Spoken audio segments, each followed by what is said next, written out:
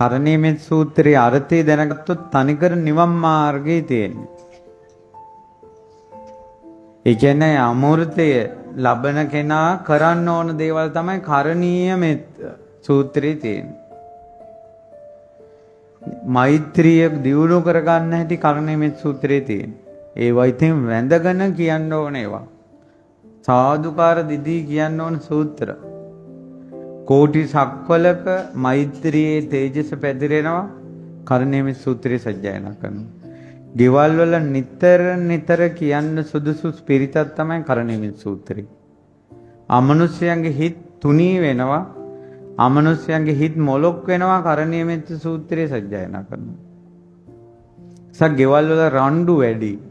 මලගිය ප්‍රාණයන්ගේ බැල්ම වැඩි ගෙවල් වල නිතර කියන්න ඕන සූත්‍රේ කරණීයමෙත් සූත්‍රය. ගෙදර රණ්ඩු වැඩි නම්